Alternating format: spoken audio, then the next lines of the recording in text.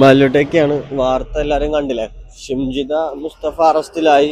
അതിനുശേഷം മുൻകൂർ ജാമ്യത്തിന് ഒരു കൊടുത്തിട്ടുണ്ടായിരുന്നു. മുൻകൂർ ജാമ്യം കിട്ടിയില്ല. നേരെ 14 ദിവസത്തെ റിമാൻഡിലോട്ട് ആളെ മാറ്റിയിട്ടുണ്ട്. ഓക്കെ, 14 ദിവസത്തെ ആളിപ്പോ മഞ്ചേരി വനിതാ ജയിലിലാണുള്ളത്. ഇപ്പം കേരളത്തിലുള്ള പോലീസുകാർക്ക് കുറച്ച് എന്താ പറയാ കഴിവുണ്ട് എന്നുള്ളതിനുള്ളൊരു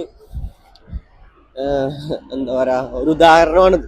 ഓക്കെ, ഞാൻ ആക്ച്വലി വിചാരിച്ചെന്താന്ന് വെച്ചാല് ഇപ്പം ഈ ഒരു പ്രതി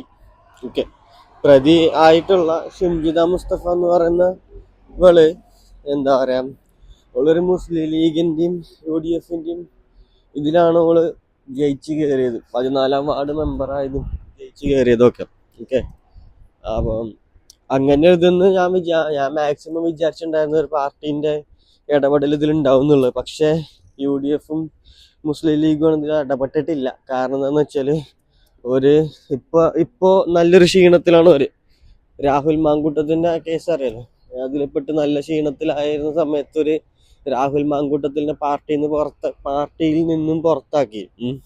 അങ്ങനെ പാർട്ടിയിൽ നിന്ന് പുറത്താക്കിയത് കൊണ്ട് എന്താ പറയാ ആണ് ആള് അതുകൊണ്ട് അവർക്ക് അത്ര വല്ലാണ്ട് ക്ഷീണം ഉണ്ടായിട്ടില്ല. പക്ഷെ ഈ ഷിംജിത മുസ്തഫേനെയൊക്കെ സപ്പോർട്ട് ചെയ്ത് കഴിഞ്ഞാൽ ഒരിക്കൽ തന്നെ അറിയാം നന്നായിട്ട് അടുത്ത് വരാൻ പോണ ഇലക്ഷനിൽ ഇതാകുന്നുള്ളത്. കാരണം ഇപ്പം സർക്കാരും പോലീസൊക്കെ CPMന്റെ കയ്യിലാണല്ലോ. അപ്പം അതുകൊണ്ട് ഓർക്കും നന്നായിട്ട് അറിയാം ഇടപെട്ട് കഴിഞ്ഞാൽ അത് പണിയാകുള്ളൂ എന്നുള്ളത്. സോ മെയിനായിട്ട് ഇവര് അതുകൊണ്ടാണ് ഇടപെടാണ്ടിരുന്നതും. പിന്നെ അറിയാലോ കേരളത്തിലുള്ള ജനങ്ങളുടെ പ്രക്ഷോഭം പ്രതിഷേധമൊക്കെ.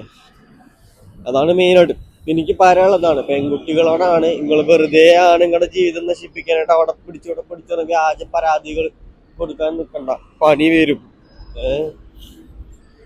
ദീപക്കിന്റെ കുടുംബം ഒരു 100 കോടി രൂപ എന്താ പറയാ മാനനഷ്ടത്തിന് കൂടി ചോദിച്ചു കഴിഞ്ഞാല് വിറ്റിട്ടാണെങ്കിലും എന്താ പറയാ പൈസ ഉണ്ടാക്കി കൊടുക്കേണ്ടി വരും. പിന്നെ ഇതിനൊക്കെ പുറമെ ചിലപ്പോ ഈ പറയുന്ന പോലെ കുടുംബം ചിലപ്പോ വിൽക്കേണ്ടി വരും, ചിലപ്പോ കൂട്ടി കൊടുക്കേണ്ടിയും വരും ഈ പോക്കാണെങ്കിൽ. സോ നോക്കി കണ്ടൊക്കെ ചെയ്യുക എന്താണെങ്കിലും. പിന്നെ എന്താ പറയാ നിങ്ങളുടെ അഭിപ്രായം എന്താ വെച്ചാൽ കമന്റ് ആയിട്ട് രേഖപ്പെടുത്തുക. ചാനൽ ഇഷ്ടപ്പെടുന്ന സബ്സ്ക്രൈബ് ചെയ്യുക. പുതിയ വീഡിയോ നോക്കാം.